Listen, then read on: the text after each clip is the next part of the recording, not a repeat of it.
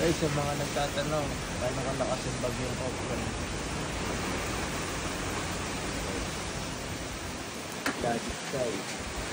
So yun guys, tumba na yung mga puno dito. Dito po ito sa Bicol guys. Kulay red yung sky. Kulay red.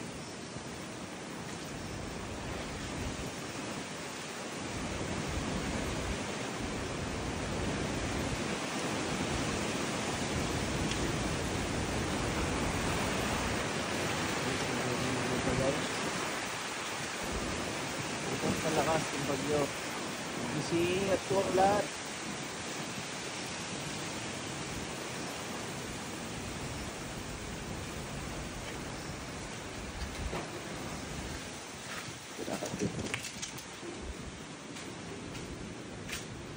Ito natin.